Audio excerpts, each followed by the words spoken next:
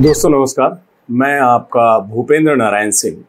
हर रोज मैं आपको देश दुनिया की किसी बड़ी खबर से रूबरू कराता हूं, लेकिन आज मैं आपको एक ऐसा किस्सा सुनाना चाहता हूं।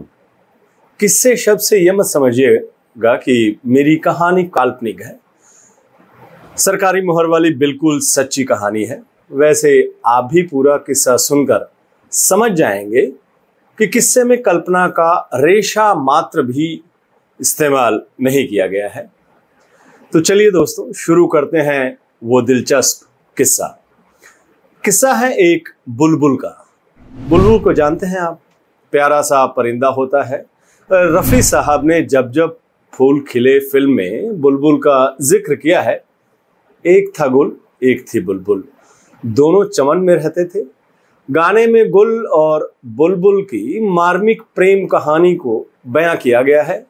सयाद मतलब बहेलिया बुलबुल को पकड़ ले जाता है। बेचारा गुल मरने के कगार पर पहुंच जाता है। उसकी तड़प भरी आवाज सुनकर बुलबुल बहेलिया के पिंजरे को तोड़ ताड़ के अपने गुल के पास पहुंच जाती है। दोनों का मिलन मोहब्बत की एक नई दास्तां को जन्म देता है। मेरी कहानी में भी बुलबुल मोहब्बत की एक नई दास्तां लिखती है। दोस्त से मोहब्बत की अद्भुत दास्तां। बुलबुल सैकड़ों मील का सफर करके एक जेल जाती है। वहां वो जेल में बंद एक कैदी के आंसू पोंछती है। कैदी का बैरक हर तरफ से बंद है, बस हवा किसी तरह आती जाती है, लेकिन बुलबुल की मोहब्बत जिंदाबाद। अपने मोहब्बत के दम पर वो वहां पहुंच जाती है और केवल पहुंचती नहीं है, उस कैदी को वहां से छुड़ा भी लाती है। दोस्तों, इस किस्से को आगे बढ़ाने से पहले मैं आपको फिर याद दिला दूं कि मैं जो कुछ आपको सुना रहा हूं वो सरकारी मुहर वाली सच्ची बात है। इसको आप काल्पनिक कहानी समझने की भूल कतई मत कीजिएगा। इस वैधानिक चेतावनी के बाद चलिए आगे बढ़ते हैं, अपने किस्से को आगे ले चलते हैं। बुलबुल उस बैरक से कैदी को आजाद करा लेती है, जिस बैरक में एक सुराख तक नहीं है।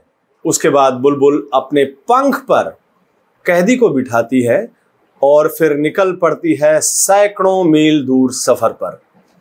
वो कैदी को उसके घर द्वार का दर्शन कराते हैं, थोड़ा इधर उधर घुमाती है, फिर वापस उसे जेल में पहुंचा देती है। दोस्तों, किस्से के उस बुलबुल के बारे में तो मुझे नहीं पता, लेकिन जिस कैदी को वो बुलबुल अपने पंखों पर बिठाकर सैर कराती थी, उस शख्स के बारे में जरूर पता है। वो शख्स है विनायक दामोदर सावरकर, अंग्रेजों से माफी मांगने वाले बीजेपी के सावरकर। उसी सावरकर और बुलबुल के किस्से पर सरकारी मुहर मारी है कर्नाटक की भाजपा सरकार ने। अभी आप अपने स्क्रीन पर जो टेक्स्ट देख रहे हैं वो कर्नाटक में 8वीं क्लास के बच्चों को पढ़ाई जा रही है। कन्नड़ भाषा में लिखी इस किताब में दावा किया गया है, और वो दावा क्या है? सावरकर जिस कमरे में कैद थे वहां कोई छोटा सा छेद तक नहीं था। हालांकि कहीं से बुलबुल वहां आ जाती थी, जिस पर बैठकर सावरकर उड़कर बाहर चले जाते थे और रोज मातृभूमि को देखने आते थे। अब आप बीजेपी के इस सरकारी किस्से पर कोई सवाल मत कीजिएगा। ये मत पूछिएगा कि बुलबुल बंद कमरे में कैसे आती थी, सावरकर उसकी पीठ पर सवार होकर कैसे सवारी करते थे। ये सब सवाल पूछेगा तो जवाब वही मिलेगा जो कर्नाटक के शिक्षा मंत्री बीसी नागेश ने दिया है। लेखक ने जो लिखा है बिल्कुल ठीक लिखा है। सावरकर एक महान स्वतंत्रता सेनानी थे।